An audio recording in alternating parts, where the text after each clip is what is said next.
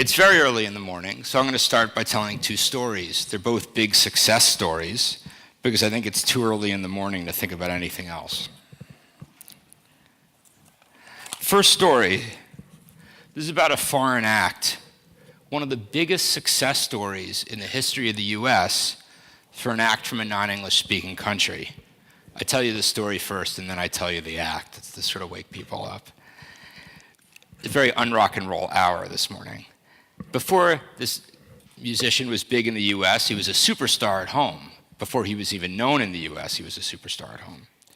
In July 2012, he released an album and some videos. It just took off out of nowhere. By August, it was one of the biggest videos on YouTube. By September, he had crossed over from YouTube to regular TV.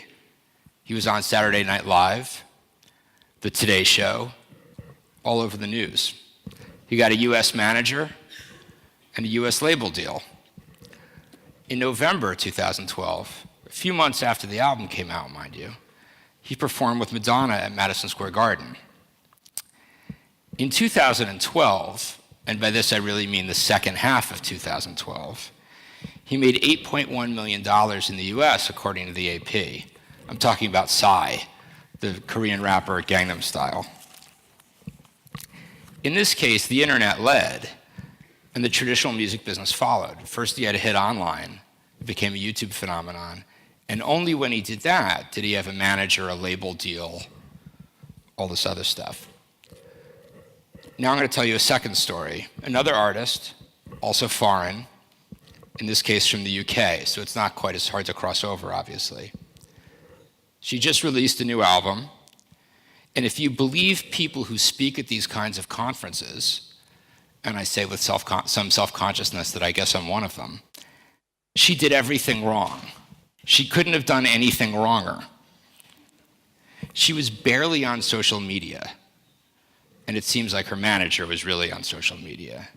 She had no controversy, no special YouTube promo, no special internet promo, not much media, no streaming. The album just became the biggest seller of the year in the US. I'm talking, of course, about Adele. In this case, the traditional music business led. She was on the cover of Rolling Stone, did a couple TV appearances, including Saturday Night Live, the first week the album was out, and she did a special industry show at Radio City Music Hall. I mean, they sold tickets, but I think it was 3,000 seats, and maybe 500 of them were sold, and the rest were various music industry weasels. What do these two stories show? They're so different. What are the lessons you can learn from these two stories together? The most important lesson you can learn from both of these stories is that nobody knows anything. I'm kidding, I'm just making sure you're all awake. Seriously though, think about it. Think of all the people in the music business, still, after all the layoffs and downsizing. Think of all the money some of them make, even after the layoffs and downsizing. How many of these people who are so good at what they do and so highly paid at what they do, for what they do, could have predicted that much success for a Korean rapper?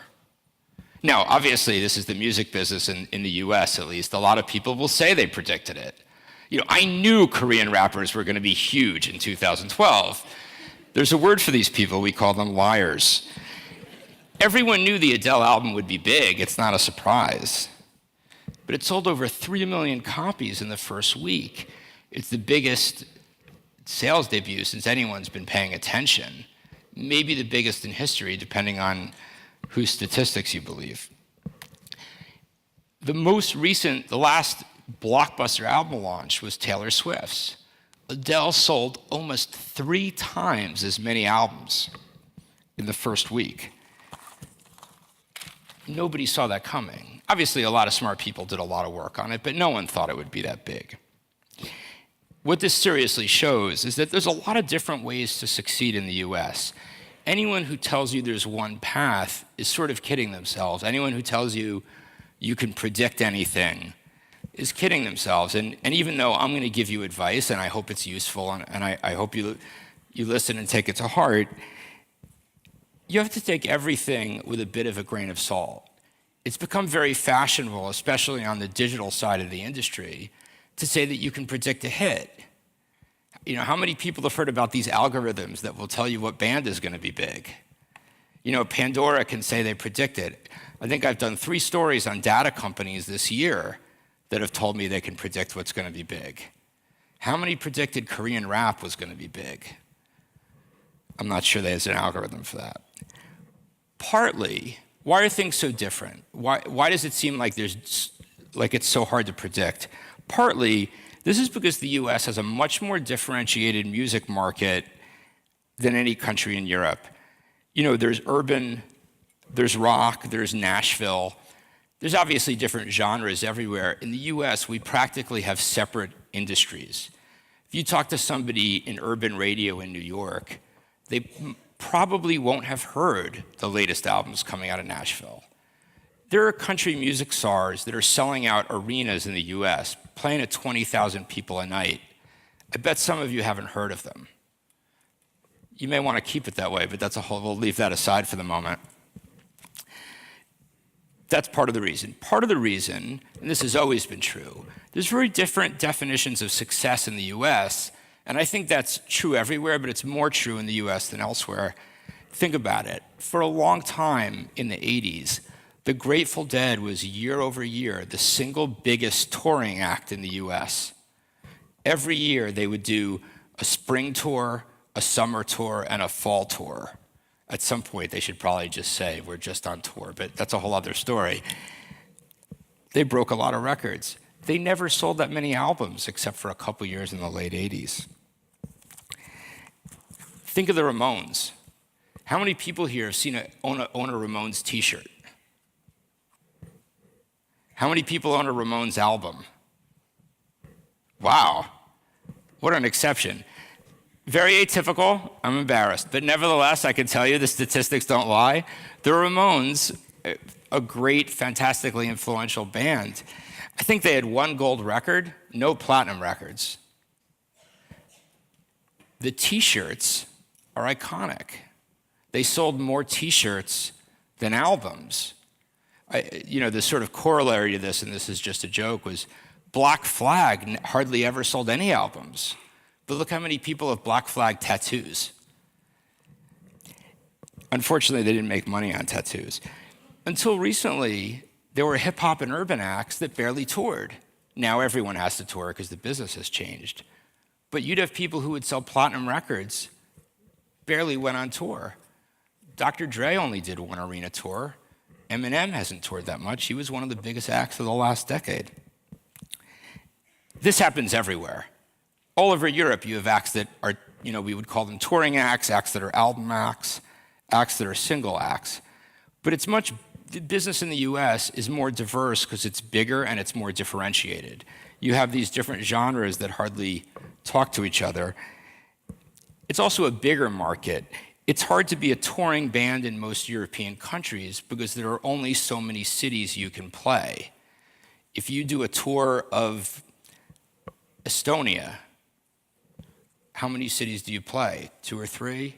Sweden's obviously a much bigger market, but I'm guessing it would be very hard for most bands to do a spring tour, a summer tour, and a fall tour every single year.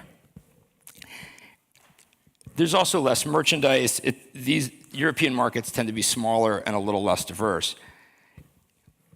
One of the interesting things that's happening in the music business is that these differences are growing substantially as the music business changes. There used to be a music business. Now there are music businesses. People always ask me what does the music business think about this?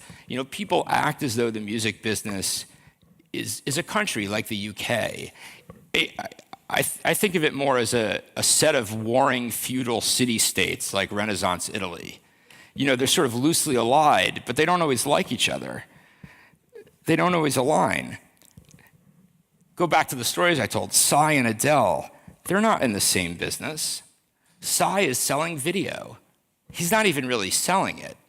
He wants you to click on that video. If you click on that video, he makes money. How does he do that? He wants more exposure. Exposure to him is money.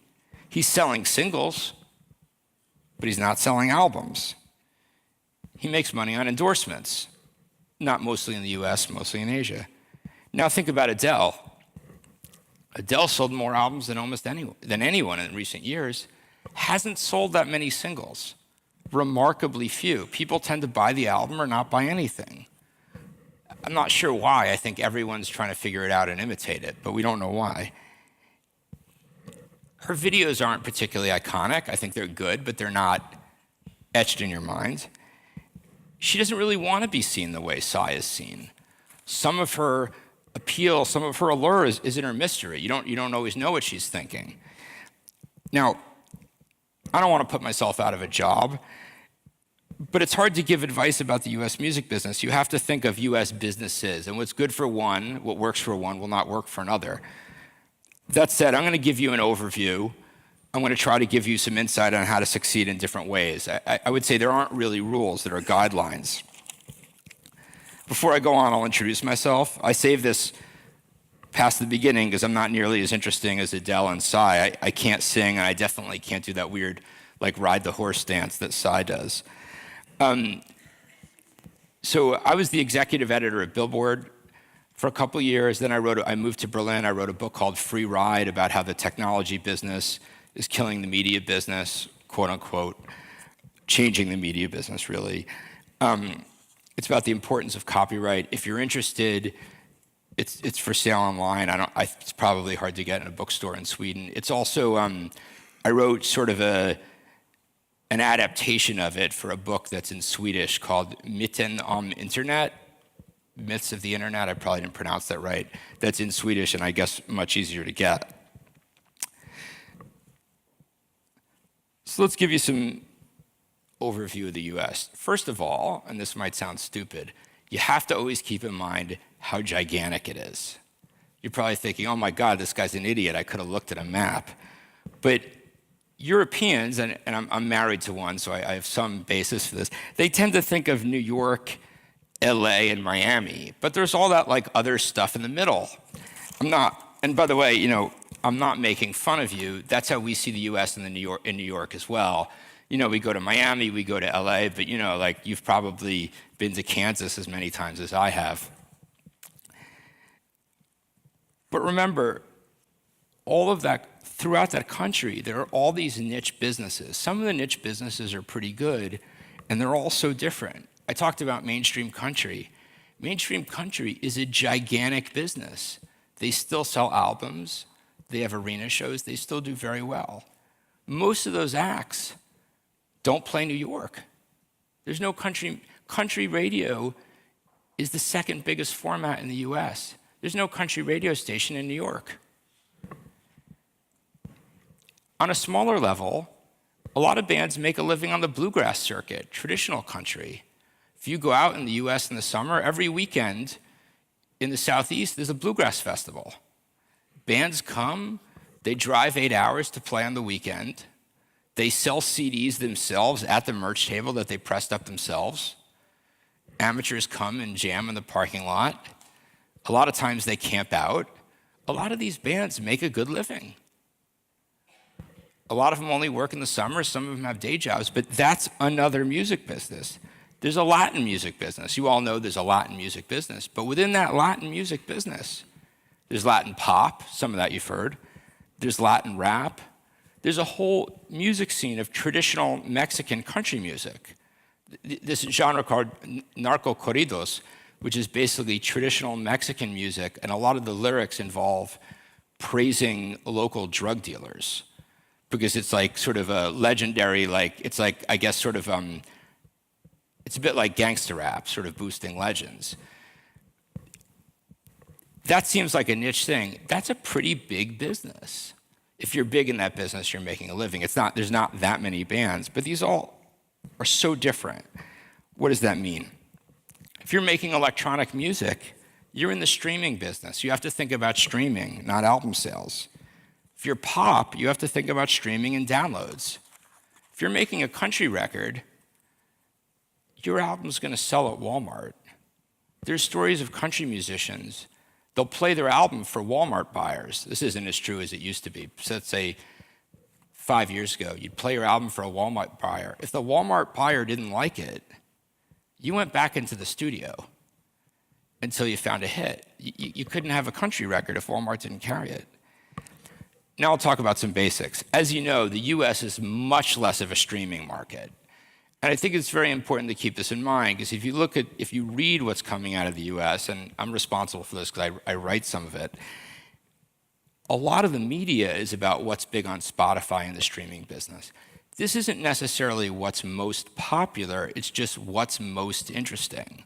A lot of money is made selling CDs at Walmart, but nobody wants to read about it. So you have to keep in mind. In terms of US label revenue, this is wholesale, in 2014, streaming was 27%. I'm guessing, I haven't seen the latest statistics, but I'm guessing it's between double and triple that here. Downloads were the biggest part of the business, 37%. That's digital downloads of albums and singles. Physical was 32%. I'm guessing it's about half that here. The statistics I just gave you, they're important to keep in mind.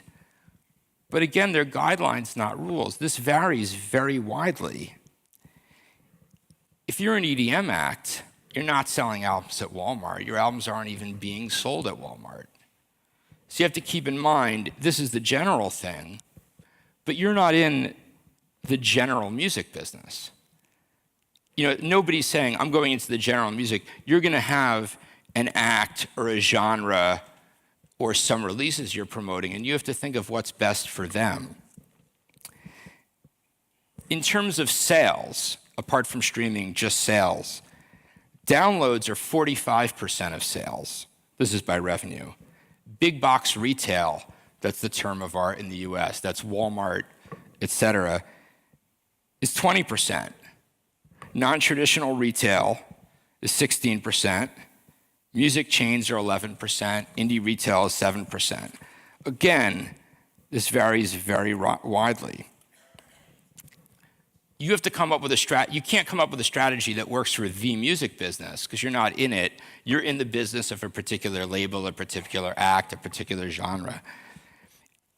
Adele and Taylor Swift did great at regular retail. I just wrote a story for Billboard.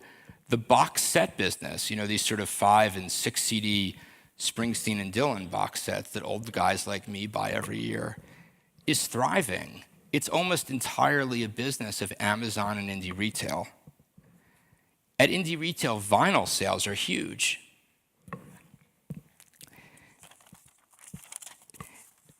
Let's break this down a little bit. SoundScan only is statistics by category, the statistics I just gave you. I'm sorry, SoundScan is the keeper of these statistics. So they have general statistics by category. I can't give you statistics by outlet, but I'll make some good guesses.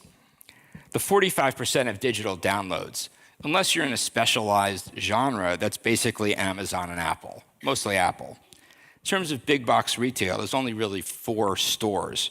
In order of importance, Walmart, way below that Best Buy, right up next to its Target, way below that Kmart. They stock very few albums for a very low price, so in most cases, it's not going to matter until you get to a certain level. Non-traditional retail is probably about a third Amazon. No one will tell you, so I'm making educated guesses. It also includes Urban Outfitters. You all know Urban Outfitters? We're sorry, we exported that. It also counts supermarkets. This is going to sound weird, but at Whole Foods, which is the big organic food chain, not only do they sell ridiculously expensive artisanal water, they sell ridiculously expensive artisanal vinyl. Who knew? Chains, music chains. Remember those? Some of you look young enough that you may actually think this is a myth. There were really big chain record stores. They're like landline telephones. You know, FYE, Trans World Entertainment. At this point, they sell some albums. You know, I was in the mall last week. I went to my parents' house for Thanksgiving. We went to the mall, which is an American religious tradition. After Thanksgiving, you go shopping. And my wife wanted to see this because she didn't believe that people were really pushing and shoving each other over bargains. And they do. So I went into FYE, which sells music and DVDs. And, you know, the DVDs were sort of in back of the store. In front of the store were what we call tchotchkes, which is like the Yiddish word for useless shit you put on your desk but you don't really need. Like vinyl dolls of Game of Thrones characters, T-shirts with pop culture sayings on them, phone chargers, low-priced electronic equipment like iPod, iPad, iPhone accessories. Behind the DVDs, in sort of a little corner of the store, there were the CDs. And of course, vinyl. Vinyl was in front of the store, CDs are in back of the store. Welcome to the future, right? I live next to a Barnes & Noble, the big bookstore chain, and in our Barnes & Noble in Park Slope, they have a decent, they have like 2 tables of vinyl that's right in front of the store, and they don't sell CDs. Did anyone ever predict this? It's crazy. All of these different outlets are important for different things. Indie retail, they don't sell that many CDs. It's 7% of the market. And you might think, well, it's only 7%. How much attention do I need to pay? But it's vitally, vitally important for some artists. First of all, and again, when you talk about these percentages, I'm giving you the aggregate percentages because when you talk about a market, we all talk about aggregate percentages. But don't think too much in the aggregate because indie retail, it's 7% of the country, but in New York, in LA, in university towns, and there's a lot of university towns in the US, remember, it's a much bigger percentage. It's also very important, it's an influential audience, the kind of people who buy an album and talk about it to their friends. They also sell a lot of vinyl. The vinyl business in the US is basically indie retail and Amazon. More important, and I think this is relevant to people here, they'll take a chance on a new artist. They'll help you, and they may even love you. Walmart won't. I mean, they may help you, they won't love you. Walmart is going to stock big acts, and they're going to determine that by focus groups and whatever sort of formula they have. They do a very good job figuring out what their buyers want. That's what they're good at. Chain retail is a little more accessible, but they're going to promote big stuff, and if they promote something, they're going to want you to pay for it. Indie retail, although it's very small in numbers, it's a very good way to get into the US. It's also sort of the last gasp of people who will actually recommend records. Hey, you have to hear this. You should buy this. Or what you often hear at indie retail, I assume you all go to these stores, is don't buy that album, that sucks, buy this instead. But hey, if you're the one they're recommending instead, that's a great place to be. In terms of how to get noticed, I'm going to talk about marketing, PR, and promotions. These used to be very different things. They were different departments at labels. Those distinctions aren't so significant anymore, to be honest. I'm talking about them separately because otherwise I'll ramble on and I want to try to stay organized. First, we'll talk about promotions, which is basically radio and video. Radio used to dominate. You can't have a hit without radio.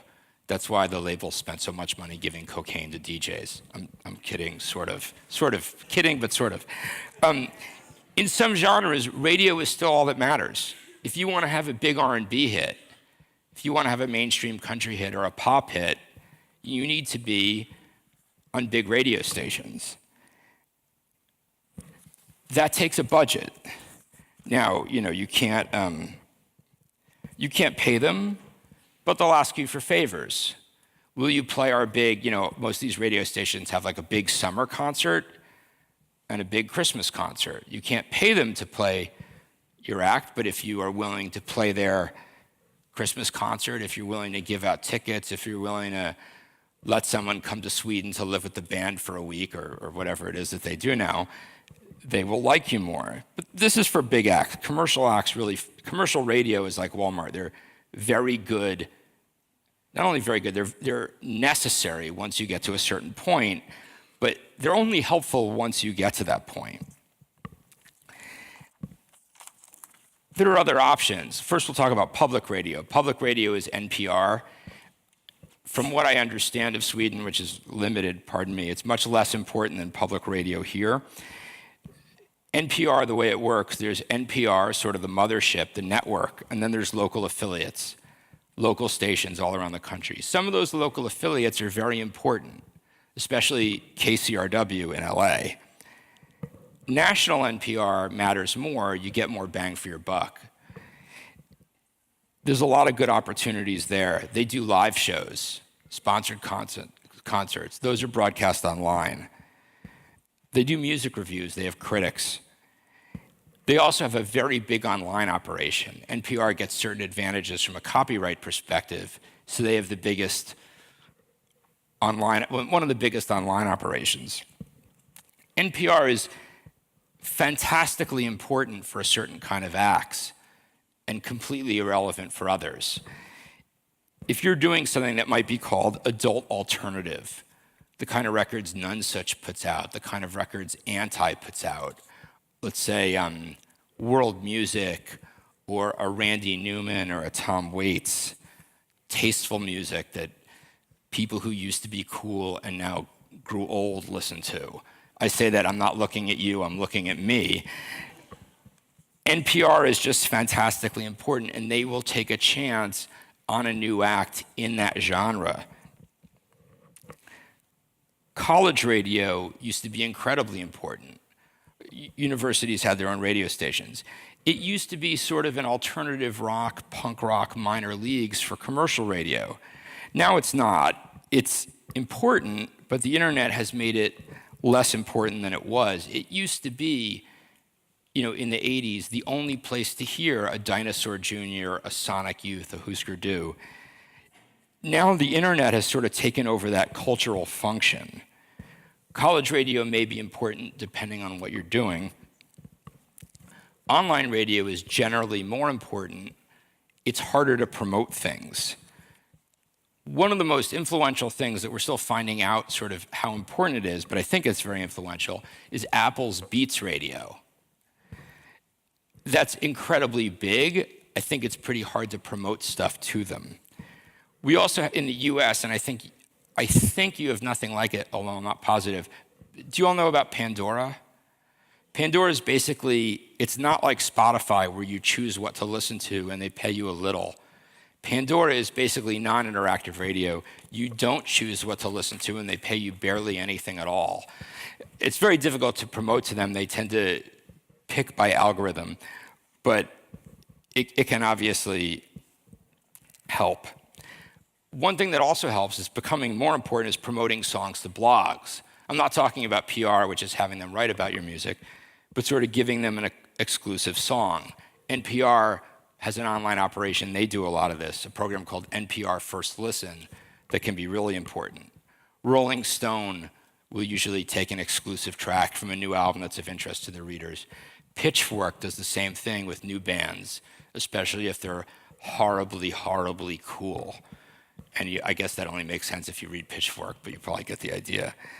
SoundCloud is also big, especially for certain genres, especially electronic music. And how you pick what you want to focus on, again, really depends on what genre you're in. You see the music business going in different directions. If you have a cool rock record that could have mainstream appeal, you might give it to Rolling Stone. If it's more sort of adult alternative, which is a phrase that doesn't make any sense, but I think you know what I mean. You want to go to NPR. If it's indie, you want to go to Pitchfork. If it's hip hop, there's a lot of blogs that do that better. One of the ways to make sure it gets attention is to say it's exclusive. Now, the meaning of the word exclusive as it's used on blogs has almost nothing to do with what the word actually means. So you want to make it seem like it's exclusive. You want to make it seem like an event. If you have a band and you're afraid they're going to have no audience in the US, call a blog and tell them it's going to be really big. You have the opportunity to get it first. Probably won't work, but you'd be surprised how often it does. Getting something exclusive, in the US, everyone's fighting over internet traffic tooth and nail. This happens in Europe too, but in the US, it's to an absurd extent. They want something no one else can have. If everyone has it, there's not as much currency in it. Video is still important. Obviously, not nearly as important as it was. MTV doesn't play any videos. They haven't for a while.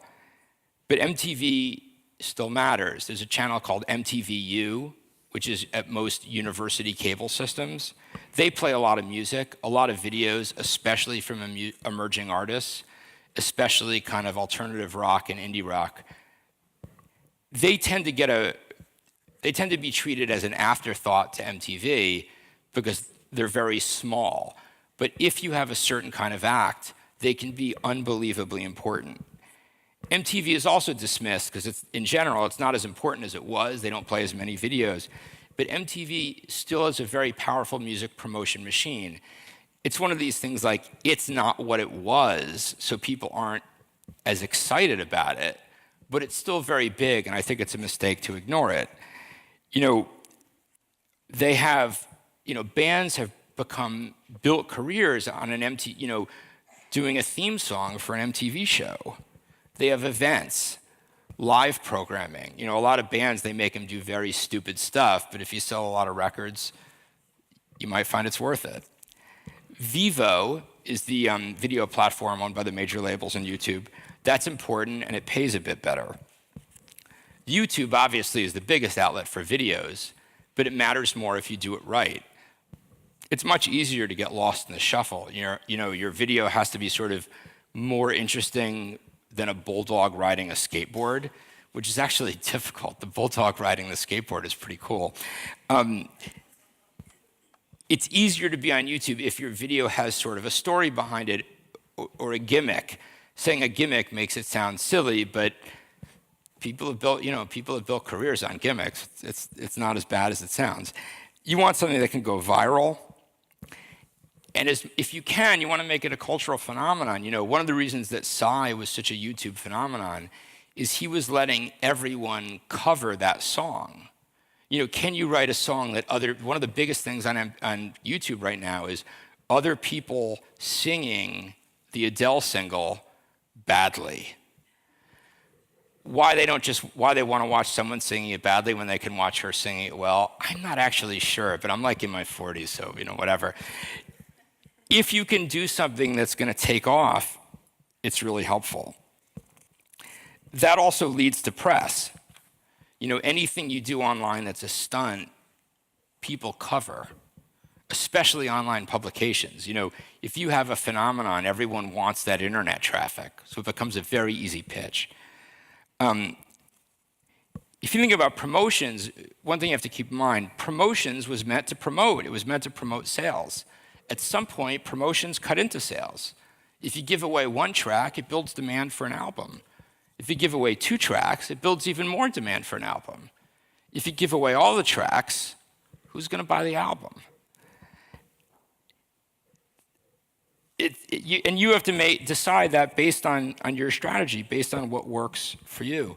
Other kinds of TV are more important in the US than ever. Some of them are very hard to get on for foreign acts, but a lot more shows than ever, more network shows than ever, use songs. Publishers and labels pitch songs, especially sort of, how can I say this, and I don't mean this in a bad way, slightly sappy songs that can be used on sort of, these network genres. Morning shows are very big, much bigger in the US than I think almost any other country. Good Morning America, Today. They're not known for pop music, but every time they do something with pop music, it goes crazy. They also have these live concert events that take place at 7 o'clock in the morning, which is sort of what they make you do in the music business if you're just starting out. They kind of haze you to see if you'll quit. Go to this concert at 7 in the morning and act like you're having a lot of fun. And if you don't sort of kill yourself, you'll get promoted. But those can actually be incredibly important. Talk shows at night are bigger than ever. Jimmy Kimmel, the big talk show, it used to be the big talk shows had mainstream acts. Now there are more talk shows, they're taking more chances. Jimmy Kimmel does some interesting stuff. Jimmy Fallon has the Roots as his house band. Hard to get on that show, but if you have an act that's playing with the Roots, that becomes an event. There's also more competition than ever. You should also think about award shows. You're probably thinking, well, how do you get on the Grammys? But it's not only the Grammys. Remember, this is America. There's awards for everything. Everybody gets an award for something. There's the MTV Awards. Those are pretty big, too. But there's also the American Music Awards, the Billboard Awards. I think there's 3 award shows just for country music. They had YouTube Awards, I'm not sure if they still do. Don't assume you can't get on any award shows. Look to see if there's one that might work. That's promotion. Now for PR is also getting much more complicated. It used to be so simple. There was Rolling Stone, there was Spin, there was Vibe, there was Blender. They were all important. They're all gone except for Rolling Stone. There's newspapers, there's other magazines, but they're not as well read as they used to be. What really has reach now is online media. BuzzFeed, the Huffington Post, and what I call sort of the high church of Pitchfork.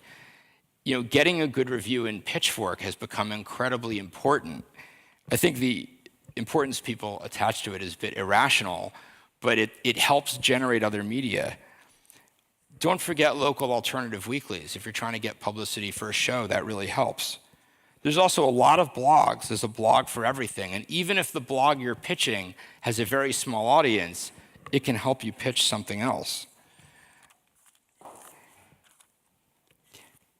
Marketing is sort of the sum of these things, but you're also adding television ads, in-store ads. Keep in mind, the US is such a big market that marketing can get incredibly expensive, so you want to focus as much as possible. The easiest way to do that is to start in a big market, New York, LA, and go from there. Another way to do it is to go to trade shows and conferences. Now, everyone knows, I think the most important event in the US is South by Southwest in terms of breaking bands. But it's also turning into spring break for the music industry. I know the weather in Austin is so much nicer than it is in Stockholm in March. And I know the Mexican food is a lot better. And Europeans, you know, I'm sorry, but you have a reputation for sort of loving cowboy hats as cultural exotica. But South by Southwest is a lot more expensive than it used to be. You have to question whether it's worth it. Going to South by Southwest is not a strategy. Everyone does it. How can you stand out there? Can you team up with someone? Can you play a showcase for a tech company, for a film? Can you obviously do Swedish showcases. Can you find a way to make that stand out? I think if you're in the industry, you should go for a couple years, ideally at the start of your career, to make connections. If you're going every year, if I were your boss, I'm obviously not, I would start to suspect you're doing it for the weather. There's a lot of other conferences, and some of them are undervalued just as South by Southwest. I mean, I love it and it's important, but I think it's become overvalued.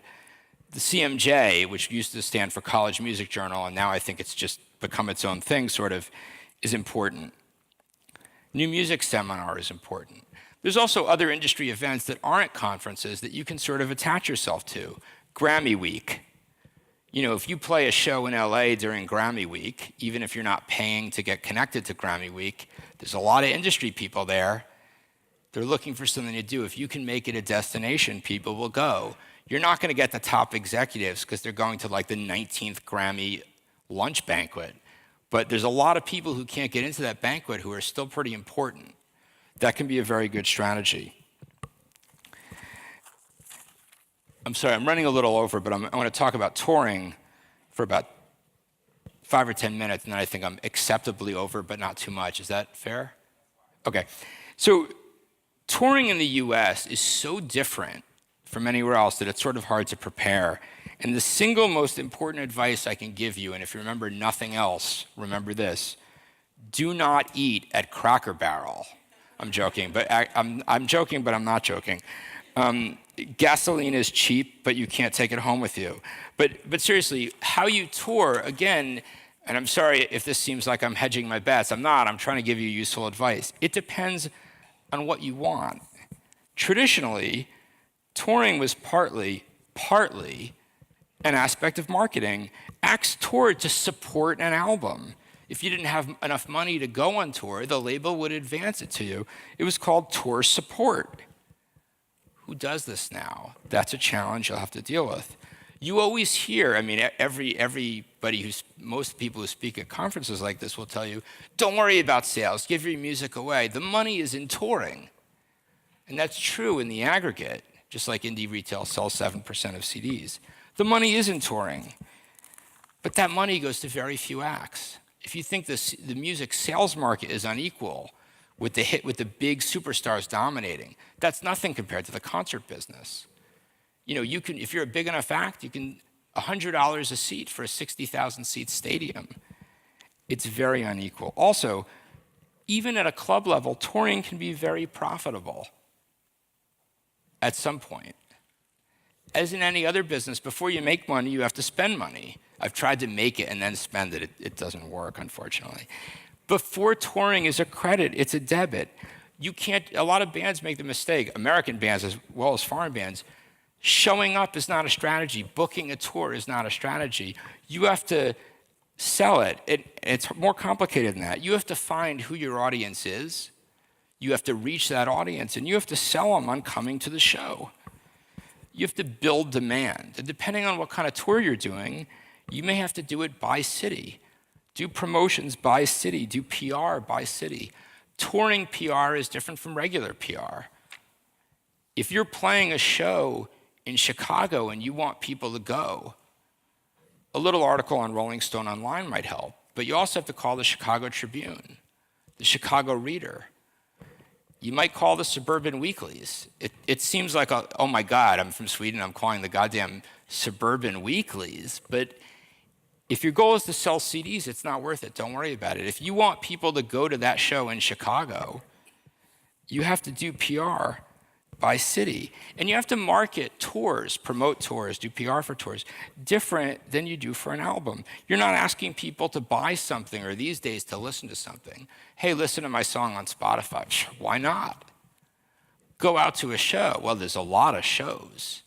We have 100 channels of cable TV in the US, right? You're asking people to say, come see this band. It's better than anything on any of those 100 channels. Your band probably is better. Convincing people, it's tricky. The best way to build demand for concerts is concerts. This sounds kind of dumb, but it's true. If you do a good show, the word will spread. It's sort of a conundrum. It's like music. The best way to build demand for your music is by giving it away. The best way to build demand for concerts is put on a good one. I'm sorry, no one said this would be easy. It's a fun business. You get to go out late and drink. It's tough too. What can I tell you? The best way to do that is to play New York and LA. What a lot of bands do, they'll do a tour of 2,000, 3,000 seat venues. They'll start by doing a club appearance in New York that's mostly industry. That's very valuable. The best thing to do is to play a small room. In New York, the best rooms are the Bowery Ballroom, the Music Hall of Williamsburg. If you're smaller than that, Baby's All Right is a great venue. The Mercury Lounge is a great venue. There's also a lot of tiny indie venues that are tiny. You will lose money playing them, but you have to look at it as a PR investment. Touring isn't supporting an album anymore, but you sometimes still have to spend money to make money, and sometimes people are reluctant to do that because they think, why do I want to, if my strategy is to get paid for playing, why do I want to play if I'm not getting paid? And the answer is, it's part of your marketing. Keep in mind that in the US, the geography makes touring very difficult. Everybody's so excited, the future, my music's on Spotify, everyone's listening, the future is in touring. But you can't really play 20 cities in the US. Someone once, I was having a debate with someone who was sort of an internet evangelist, and they said, but you could play, if you have 1,000 fans, you can play concerts for those 1,000 fans. And I was this sort of cynical bastard. I was like, I hope they live in the same city, because if there's 50 of them in a bunch of cities, you're going to lose money. It's a good idea to do, can you do the East Coast? Can you do California? Can you do the East Coast and California? Try to do it in stages. Also in the US, there's sort of what I call a touring gap. You can play small clubs, bigger clubs, and theaters. After you get to a 3,000 or 4,000 seat venue, depending on the city, there's nothing in most cities, nothing at all until 12,000 seats. You get to sheds and arenas, and by then you don't need my advice as much anymore. But the best way to do that often as a young band is to get on festivals. Can you get on Coachella? Can you get on Lollapalooza? Can you get on Bonnaroo? Those are incredibly lucrative for big acts. For younger acts, they're not. in some cases, if you're doing a couple of these, you might lose money, and then they say, okay, if you play Coachella, you can't play LA. If you play Lollapalooza, you can't play Chicago. Again, you have to look at this as marketing. And remember, a lot of acts that play those festivals starting out are invited back. There's a value in the relationship too. But also, don't just show up. That's awesome that you're playing Bonnaroo. So are 79 other bands. And by the way, there's also a comedy tent, a food festival, 3 juggling acts, and a shitload of drugs. Your band has to be more exciting than doing a lot of ecstasy. Sorry, but I've been to Bonnaroo. I've seen the damage. It probably is. You have to make sure people know that. Quick last words. There is no strategy for the U.S. There are a bunch of strategies, and you have to decide on what's appropriate for you. I hope that's not you don't see that as a dodge. I'm trying to give you the best advice I can. Before you think of how do I get myself out there, you have to think of what do I eventually want to do? How do I eventually want to make money? And a lot of people think that, oh, forget it. I got to get exposure first, and then I'll deal with it. On the internet, it's like, I got to get famous. I got to get internet famous first, and I'll worry about it then. But you have to start thinking in the beginning, what kind of exposure do you want? What kind of semi-famous do you want to be? If you're a touring act, if you think you're going to be a touring act, you have to get a reputation, get some exposure for live shows. You might want to make sure you have a lot of live YouTube video. If you think you're going to make money on sales, invest in packaging. People still buy CDs, but fewer and fewer are the plastic cases. There's a lot of different ways to make money, and you should think about them. Even if you're not well known enough to do them, think about them. Jack White, I think sold, I wish I could remember, I think sold more than 50,000 pieces of vinyl, $20 each in retail. There are some acts in the US that it's very hard to run the numbers, they may be making more money on vinyl than on Spotify. And you're thinking, well, that only works for them. But don't think about what works for most people, think about what works for you. Do you want to put everything up on streaming? Do you want to keep a track to release as a surprise? Even if you lose a little money on vinyl because you print a lot, and it's even if you end up with a gigantic carton of vinyl in your apartment, it could be worth it as an investment. Early adopters like vinyl, and it's kind of cool to have in your apartment. But again, you have to think of what's worth it for you. You can make a lot of money on merchandise. You can make a lot of money on endorsements, but you have to think before you attack the US, what do you eventually want to do? And then think about what's going to get you there. Don't think about the music business. Think about the music business you want to be in, and do your marketing, your promotion, everything you do toward that. And I hope that was helpful. Thank you for showing up so early in the morning. I appreciate it.